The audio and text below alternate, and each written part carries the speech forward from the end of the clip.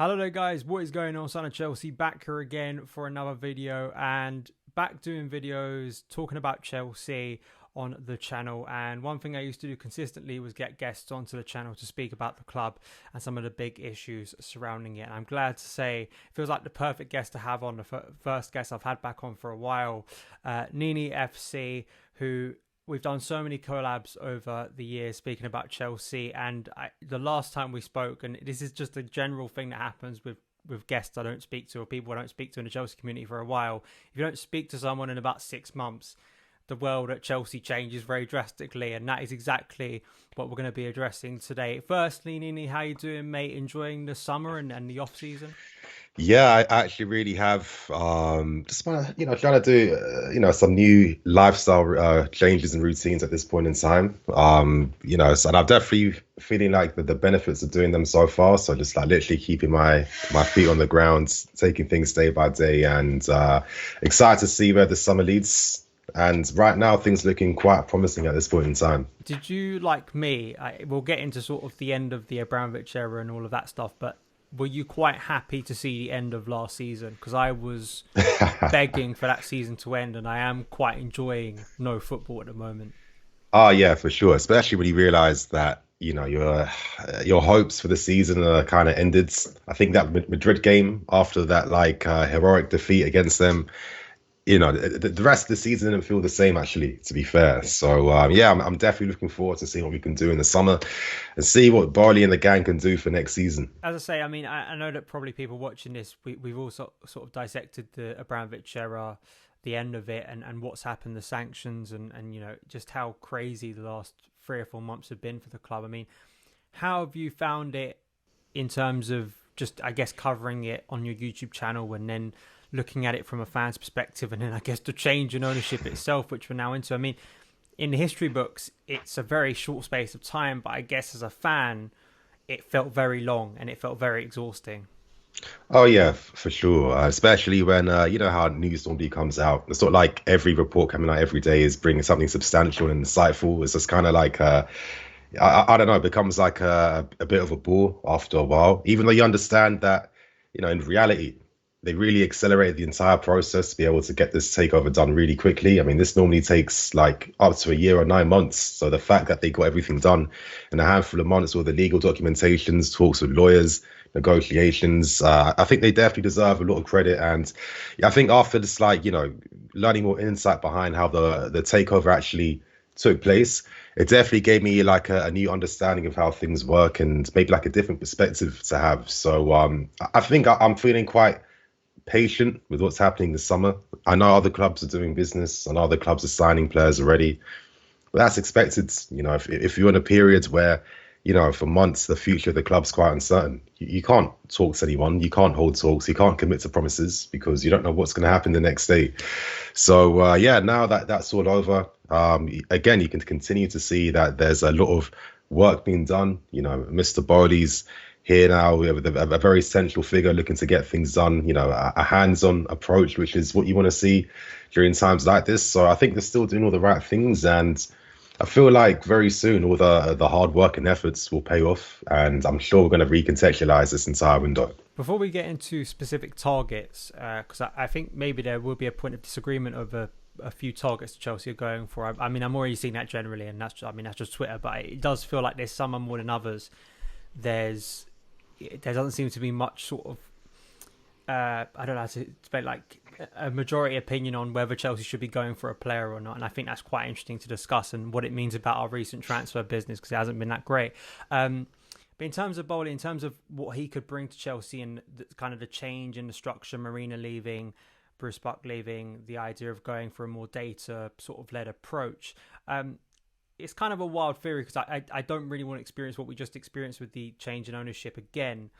But I do wonder if this is kind of like transfer ban part 2 on kind of steroids, if that makes sense. Like I think it was something that needed to happen, but then just was kind of forced upon the club to change it. Do you know what I mean? And I that's the comparison I've made. I don't know if it's a fair one, but that's what this situation kind of reminds me of. Yeah, I mean, I definitely get the energy you're feeling behind this one. I guess it was a long time coming, and All I can say is just looking forward to seeing what actually happens and the processes that take place now to get us over the line, to get us moving on and pushing forward now.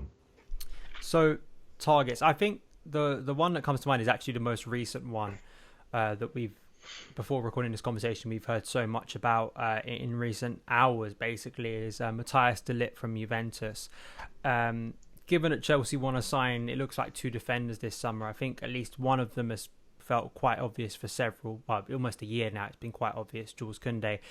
The other side, I think, is a point of contention. And de Ligt, I mean, I have to admit, I'm not fully convinced on the player. But then when I started hearing the idea of a swap deal with Timo Werner, I was a little bit more eager. Just your feelings on de Ligt, because I think that left-sided position, particularly when you factor in Levi Colwill, I think is quite a complex situation to resolve, really, and one that could be a bad decision if the club are too hasty with the sort of player they bring in and maybe spending too much on a player that doesn't really suit our style. I mean, it's a general problem with Chelsea recruitment, but just your feelings on de Ligt and kind of that side of defence that Chelsea are trying to strengthen. It's a weird one because obviously I think the number one thing to get out of the way first is that we're talking about a very good player here with high potential and a high ceiling. So let's just get it out of the way. I don't want to argue against his quality, but I think there is a conversation here when it comes to maybe talking about the use of funds, the use of the wages,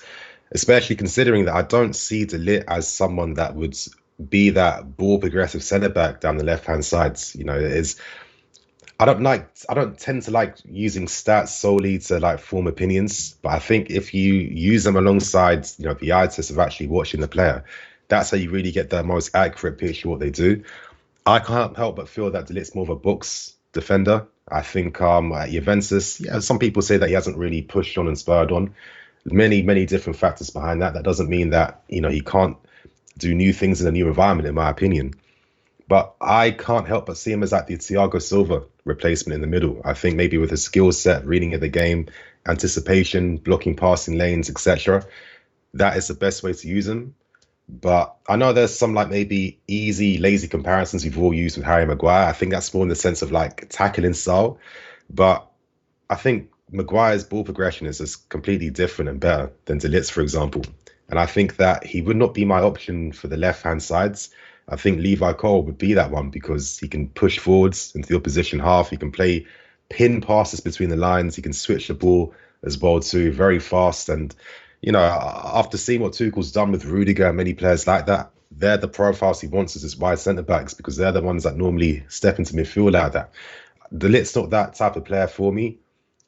But at the same time, intangibles like the leadership. I know we always I feel like fans pick and choose and leadership's important or not. But normally in defence, you need that communicator, that guy that's going to lead, take control, organise. And I think defending is not just about having individuals in your back lines. It's about how you communicate and work together as a team that makes you more effective, actually. So I do see what de Ligt could bring in terms of value as the middle centre-back, especially as he's someone that could grow and grow over the years and really cement himself even more. Because I think realistically, I couldn't really see him leaving us if he was to sign. But in terms of the finances now, which is a different conversation, I mean, the guy is already earning up to 10 million a season. That's including bonuses. So it's 7-8 mil plus bonuses he's receiving. He's the highest paid player at Juventus. The money Juve going to want is going to cost a ton. And I find it interesting that, Werner's I think he's a top 10 signing in our history. And already he's kind of just getting exchanged because his values dropped so much after signing for us, which is a habit we're seeing with quite a lot of players that we sign, and the values drop and drop because I feel like we don't really get the best out of them. So it's quite interesting that he's already been used as a makeshift now over a potential deal to try and sign de Ligt, who, is a very, very expensive guy. And you look at the market, it's not like there aren't other solutions for a fraction of that price that you could turn to. So ultimately, I guess the de Ligt interest really maybe would be a sign of intent from Tuchel if he really, really wants him like that. I think, again, with all these reports that come out, we thought Koundé was a Tuchel signing, and then some reports say it's a board move and XYZ. It's just quite confusing at times, to be fair. But, de Ligt, this is a big commitment for me. So if the plan really is to make him that number one guy, I need to feel like I need to have the utmost confidence that everyone knows exactly what they're doing, because I just don't think that he's like absolute levels, even though he's got a high ceiling and high potential. I don't think he's absolute levels to justify maybe the wages he's on and that the type of valuation he has on his head as well, considering that, you know, there's a lot of great talent out there that you could also look to cultivate. And at Chelsea Football Club, you know, we've had a history of signing a lot of defensive players that we know are going to suit and fit the system, that aren't costing us 90 million, or, you know, 50 mil plus adding players who were signed for like 50 million too on top to get deals over the line. So I guess to give my quick conclusion, I'm open-minded, even though I do have reservations. But I guess I'm going to just continue to see what happens with this one. There are other options, and it seems like quite a few in Serie A, which actually, ironically, is where we bought Rudiger from Roma. I think 29 million, wasn't it? And, you know, it took him 2 to 3 years to 4 years. You know, the first half of his Chelsea career was very uncertain, and really it was the last 12 months where he became a very good defender. And I guess just that point, isn't it, of where you should be prioritising these funds this summer. You know, if a player isn't truly upgrading what we have, I think our mutual friend Joe Tweedy is tweeted about this in recent days. You know, if you're not going to be able to close the gap to Man City, and what's the point in making 5 to 6 signings, which is what we're hearing, if some of those signings don't really move the needle, if they're not players that are going to instantly come and upgrade the squad. And I think a shared sort of belief is both of us have, and has spoken about for recent years, is rather than spending 10 to 15 to 20 million on backups, why not just promote academy players into those positions, you know? And I think that could save money. I don't know if you want to add something on that, because that to me is still like, when Klaus is one that's been brought up in recent days, and I did a bit of Y Scout stuff on him. It's like, I can understand why there's interest in him, but like, I don't know why Dujon Sterling. It's just logically, I'm thinking, if I'm prioritizing money, why can't I take that 10 million and put that in, say, a new midfielder? Yeah, because that 10 million could also cover someone's wages as well too for the year. You know, the player cost, you know, accounting for those deals as well. I mean, you know, even though I definitely believe in the talent the academy produces, not based on sentiment, but based on a literal history of seeing a conveyor belt of talent that, you know, steps up, adds something to the team. And if they leave us, they're becoming key players of the teams they're signing for at a very young age. So I think that only kind of makes sense to me, considering that everything I know and hear about Cobham is that it's one of the hardest academies to even get into.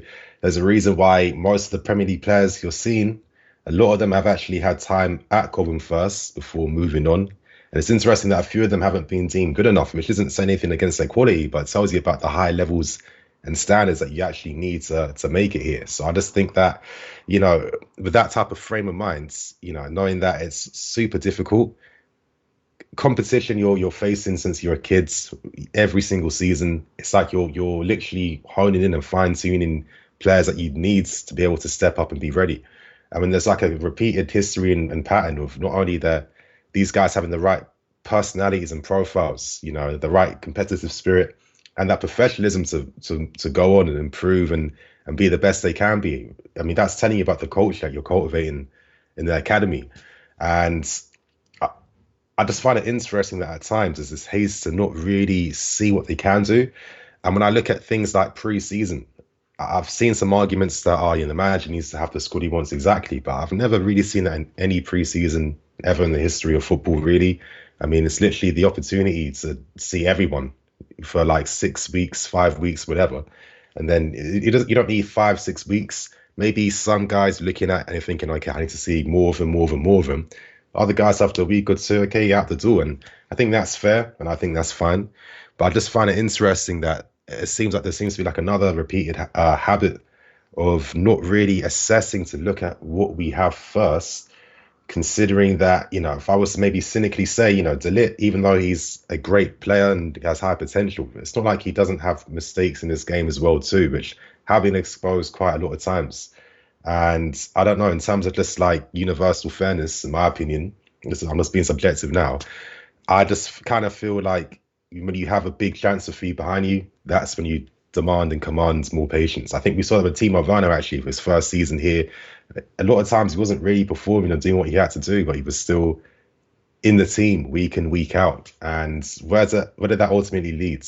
He didn't improve. He didn't, force himself into the first team. And now we're looking at moving this guy on as part of a deal to sign another guy who, and I need to say this too, because I feel like there's this fan thing of every time there's a new signing or someone abroad, instantly elevate them to an unrealistic level based on this like intuition of, surely the money and the hype around this guy and this 85 rating on FIFA, it must mean that he's going to come in here and instantly be better than what we have.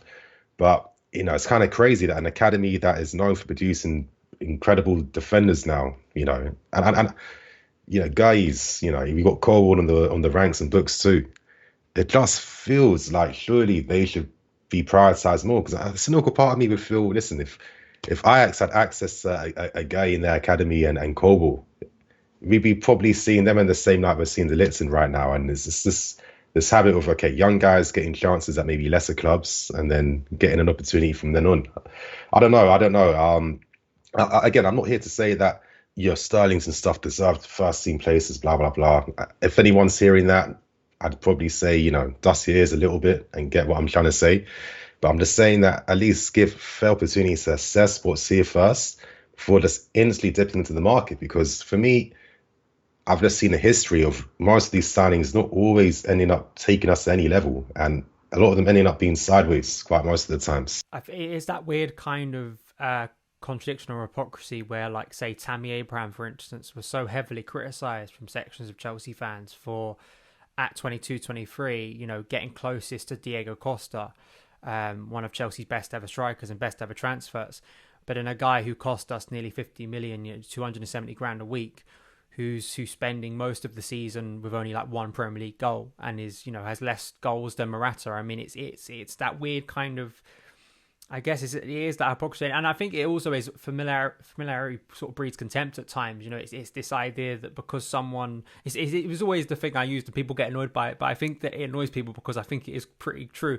If you flip, say, Tammy Abraham and he plays at Frankfurt and he's doing what he did at Chelsea, if you put Levi Colwill at RB Leipzig, and people will argue it's a different level, but I'd argue that the Championship is a pretty decent barometer for quality.